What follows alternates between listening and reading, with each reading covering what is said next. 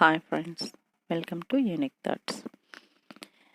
ఈ వీడియోలో పైపింగ్ అనేది ఏ విధంగా వేయాలో చూపించబోతున్నాను.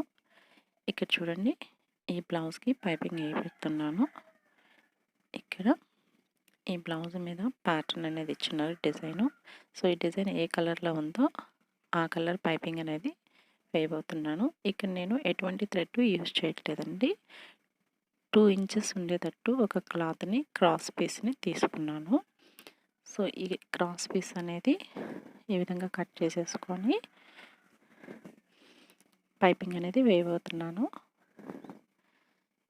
ఇక్కడ చూడండి, ఈ విధంగా ఒక పీస్ మీద ఇంకో పీస్ పెట్టుకొని స్కేల్తో ఇలా లైన్ అనేది డ్రా చేసేసుకోవాలి. సో డిస్టర్బెన్స్ లేకుండా ఉండడానికి చాలా ట్రై చేస్తున్నానండి, కానీ ఇక్కడ కోడిపుంజులు ఆడడం అనేది వాయిస్ వినిపిస్తుంది. సో నేచర్ని అయితే మనం ఆపలేము. ఇక్కడ చూడండి, లైన్ డ్రా చేసేసాక ఆ లైన్ మీద ఈ విధంగా స్టిచ్ వేసుకోవాలి, కుట్టుకోవాలి. కుట్టేశాక ఎక్స్ట్రా థ్రెడ్ని కట్ చేసేసి అదేవిధంగా మొదటి కుట్టు మీద ఇంకొక కుట్టు వేసుకోవాలి.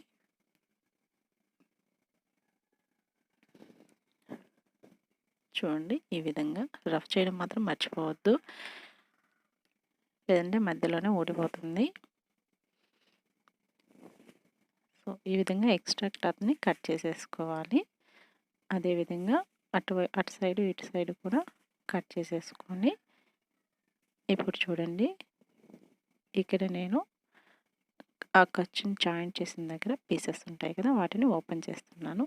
ఇలా ఓపెన్ చేసి ఈ విధంగా రబ్ చేసుకోవాలి. ఎందుకంటే మనము పైపింగ్ వేసేటప్పుడు లావుగా కనిపించకుండా ఉండేదానికి ఈ విధంగా రెండింటిని సపరేట్ చేసేసుకోవాలి. సో ఇలా నీట్గా వచ్చేస్తుంది. అదేవిధంగా ఇంకొక పీస్ను కూడా జాయింట్ చేస్తున్నాను. సేమ్ ప్రాసెస్ అన్ని ఒక లైన్ డ్రా చేసుకుంటాము.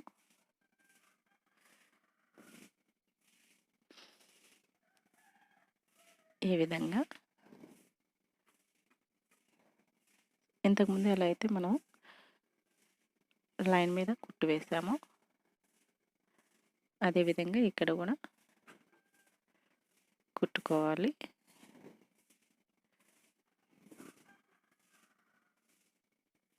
సో అదేవిధంగా ఇక్కడ ఈ విధంగా క్లాత్ని సర్దుకోవాలి. సో ఫైనల్గా క్లాత్ జాయింట్ చేయడం అయితే జరిగిపోయింది. సో ఇక్కడ నేను పైపింగ్కి క్రాస్ పీస్ యూజ్ చేస్తున్నాను. చూడండి, ఇలా ఈ విధంగా మిడిల్కి ఫోల్డ్ చేసేసుకొని కొంచెం ముందు వైపు ఖర్చుకు పెట్టుకొని స్టిచ్చింగ్ అనేది స్టార్ట్ చేయాలి.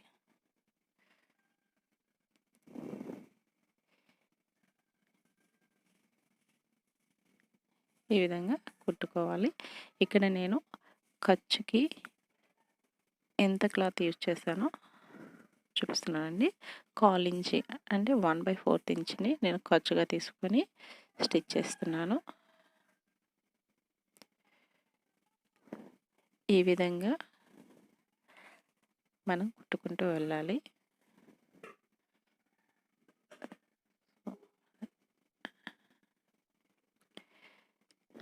సో మనకి నెక్ ఎంత పొడవునైతే ఉంటుందో అంత పొడవున ఈ విధంగా మనము స్టిచ్ చేసుకుంటూ వెళ్ళాలి.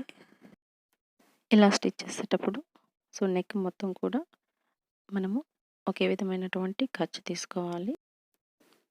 ఒక దగ్గర ఎక్కువ, ఒక దగ్గర తక్కువ ఖర్చు పెట్టి కుట్టడం అనేది జరగకూడదు. ఎందుకంటే ఆ విధంగా చేస్తే మనకి పైపింగ్ అనేది ఒకే విధంగా ఈవెన్గా రాకుండా ఒక దగ్గర లావుగాను ఒక దగ్గర సన్నగాను వస్తుంది. కాబట్టి ఖచ్చితంగా మనం ఏం చేయాలి అంటే స్టార్టింగ్లో ఎంత ఖర్చు అయితే పెట్టామో, నేను ఇక్కడ 1/4 ఇంచ్ పెట్టానండి, 1/4 ఇంచ్. సో అదే మెయింటైన్ చేసి చివరి వరకు కుట్టుకోవాలి. కుట్టడం అయిపోయింది. ఇక్కడ ఖర్చు కోసం కొంచెం ఉంచుకొని మిగతా పీస్ని కట్ చేసేసుకోవాలి. ఇక్కడ మనము గోట్ పెట్టుకునేదానికి మనం మొత్తం ఖర్చుని యూజ్ చేస్తే పైపింగ్ అనేది చాలా లావుగా ఉంటుంది, చూడడానికి బాగుండదు. కాబట్టి ఖర్చు అనేది ఈ విధంగా కట్ చేసేసుకోవాలి. సో ఖర్చు తక్కువ తీసుకుంటే కట్ చేయాల్సిన అవసరం లేదు. సో కట్ చేసేసుకున్నాక ఇక్కడ చిన్న చిన్న కట్స్ అనేటివి పెడుతున్నాను.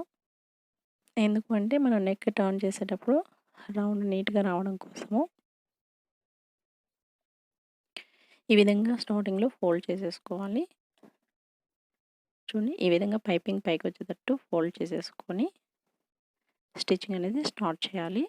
ఇక్కడ స్టిచ్చింగ్ చేసేటప్పుడు థ్రెడ్ అనేది ఎటువంటి పరిస్థితుల్లోనూ పైపింగ్ మీదకి రాకూడదు. సో, మనం కుట్టు అనేది పైపింగ్ మీదకి వచ్చినట్లయితే ఏమవుతుందంటే చూడడానికి బాగుండదు. అక్కడ ప్రెస్ అయిపోయినట్టు ఉంటుంది. అదేవిధంగా మనం కుట్టు వేసేటప్పుడు జిగ్‌జాగ్ అంటే అటు ఇటు కదులుతూ వేయకూడదు. సో, ఎక్కడైతే పైపింగ్ అనేది ఉంటుందో అక్కడి నుంచే నీట్‌గా ఈ విధంగా వేసుకొని రావాలి. సో, మనము మన చీర బాగా అందంగా కనిపించాలి అంటే సింపుల్ ట్రిక్ ఇది. జస్ట్ గోట్ పెడితే సరిపోతుందండి. ఇక్కడ నేను నెక్‌కి మాత్రమే గోట్ పెడుతున్నాను. సో, హ్యాండ్స్‌కి కూడా సేమ్ కలర్ గోట్ పెడితే ఇంకా అపియరెన్స్ అనేది చాలా బావుంటుంది.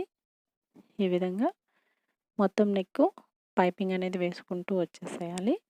ఈ పైపింగ్ కూడా స్టార్టింగ్ నుంచి ఎండింగ్ వరకు ఒకేలా ఉండేటట్టు, ఒకే సైజులో ఉండేటట్టు మనం క్లాత్‌ని అడ్జస్ట్ చేసుకుంటూ పెట్టుకొని వీడియోలో చూపిన విధంగా కుట్టుకుంటూ రావాలి.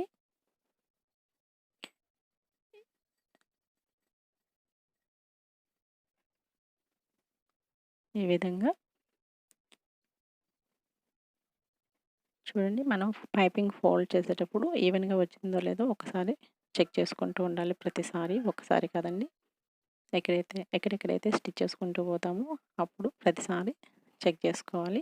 ఒక్కొక్కసారి పైపింగ్ ఏసేటప్పుడు మనకి క్లాత్ అనేది మెలి తిరుగుతుంది పైపింగ్ దగ్గర. అది కూడా చూసుకొని అడ్జస్ట్ చేసుకోవాలి.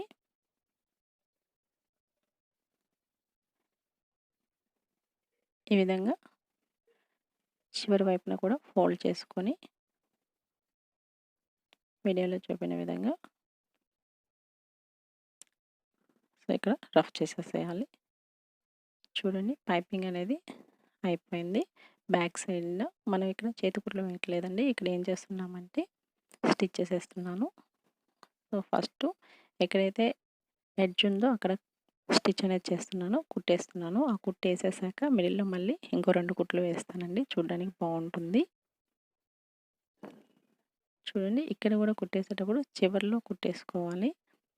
ఈ కుట్టేసేటప్పుడు మనకి ఎనక పక్క ఏమాత్రం క్లాత్ అనేది ఫోల్డ్ కాకుండా చూసుకోవాలి.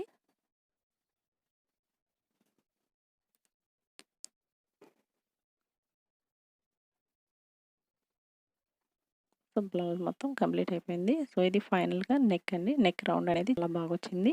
పైపింగ్ అనేది చాలా ఈవెన్‌గా ఉంది. అన్ని వైపులా కూడా అన్ని దగ్గరలో కూడా ఒకే విధంగా. ఇది front part. So, front part కూడా చాలా నీట్‌గా వచ్చింది. ఈ విధంగా థ్రెడ్ లేకుండా మనం పైపింగ్ అనేది చాలా నీట్‌గా వేసుకోవచ్చు. ఈ వీడియో మీకు నచ్చినట్లయితే లైక్ చేయండి.